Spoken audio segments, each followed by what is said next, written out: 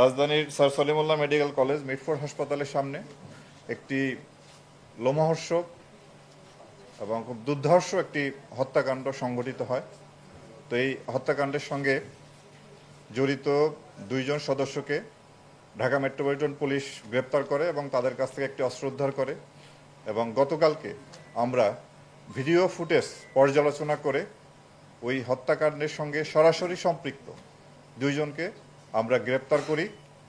তারা হলো একজন লম্বা মনির আর একজন হলো আলমগীর। আমরা এই অভিযান আমাদের চলমান আছে এবং এর সঙ্গে জড়িত যে সমস্ত আসামি আছে আমরা তদন্তকারী কর্মকর্তার সাথে যোগাযোগ রেখে এর সাথে সম্পৃক্ত যারা আছে তাদের সকলকেই দ্রুত গ্রেপ্তার করে আইনের আওতায় আনব। এই জন্য আমরা দৃঢ় প্রতিজ্ঞ এই ধরনের একটি লোমহর্ষক ঘটনার যাতে কঠিন শাস্তি ব্যবস্থা করা যায় সেজন্য আমরা ব্যবস্থা করব এবং যাতে এই বিচারটি খুব দ্রুততম সময়ে সম্পন্ন করা যায় সেজন্য আমরা সরকারের কাছে আবেদন জানাবো। এবং এই অভিযান এখনও চলমান আছে এবং বাংলাদেশ সেনাবাহিনীও এই অভিযানের সাথে সম্পৃক্ত আছে এবং ঢাকা মেট্রোপলিটন পুলিশও তাদের অভিযান অব্যাহত রেখেছে।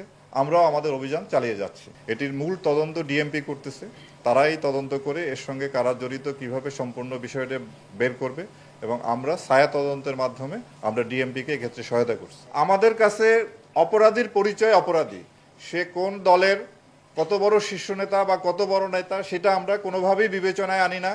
যে অপরাধের সাথে সম্পৃক্ত হবে আমরা তার বিরুদ্ধে কঠোর ব্যবস্থা নেব।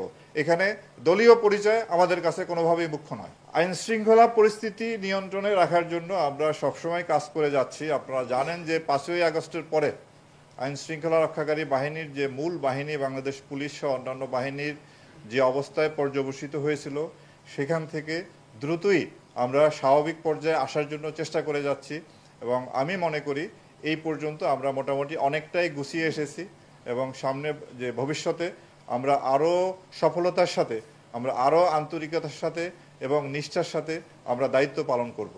আর আইন শৃঙ্খলা আপনার অপরাধ মুক্ত কোনো সমাজ নাই, অপরাধ সংগঠিত হয়।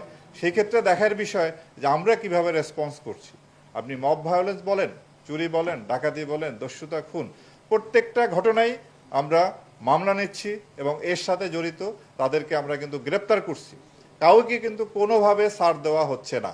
তবে আমাদের এই প্রচেষ্টা যদি অব্যাহত থাকে আমরা আশা করি সামনে আইন শৃঙ্খলা পরিস্থিতি আরও ভালো হবে। চাঁদাবাজদের একটা তালিকা আমরা সবসময় করি, এটা আপডেট করি এবং ওই তালিকা অনুযায়ী যারা চাঁদাবাজির সাথে সম্পৃক্ত জড়িত তাদের বিরুদ্ধে আমরা আইনগত ব্যবস্থা নিই। এই প্রক্রিয়া আমাদের চলমান আছে। আমরা সব জায়গায় সবসময় চেষ্টা করি অন্যান্য আইন শৃঙ্খলা রক্ষাকারী বাহিনীর সাথে সমন্বয় করে আমরা যারা চাঁদাবাজি বন্ধ করা যায় সেই জন্য আমরা কাজ করে যাচ্ছি।